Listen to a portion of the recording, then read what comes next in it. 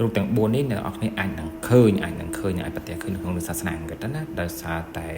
កំពុងតែមើលអស់គ្នាអាចឆ្ងល់រូបទី1គឺបង្ហាញអំពីដីត្រីកោណជាទូទៅ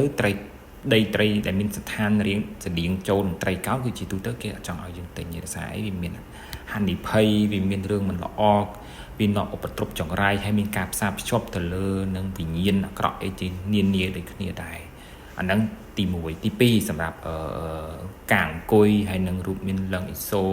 យូនីនេះគឺពីពាក់ព័ន្ធនឹងត្រីកោណដូចគ្នាការអង្គុយនោះក៏មានសន្តានជាត្រីកោណដែរគឺពាក់ព័ន្ធនឹងអេសីដូចគ្នាដែលយើងអាចនឹងឃើញនៅលើប្រាសាទបុរាណនានា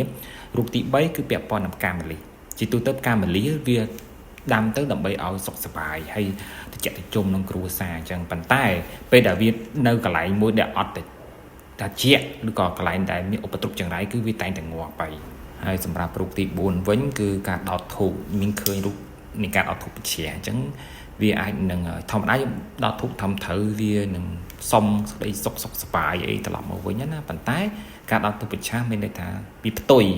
យពីអ្វីដែលយើងកំពុងតែចង់បានហ្នឹងអញ្ចឹងបើយើងអាចនឹងសុំអីមួយវាអាចនឹងមកត្រឡប់ទៅវិញអ្វីដែលយើងមិនចង់បានវិញអញ្ចឹងអាហ្នឹងបើយើងចង់បានក្តីសុខវានឹងមកឬមិនល្អចូលក្នុងផ្ទះវិញនិយាយទៅវាមានច្រើននៅក្នុងរឿងសាសនាងឹត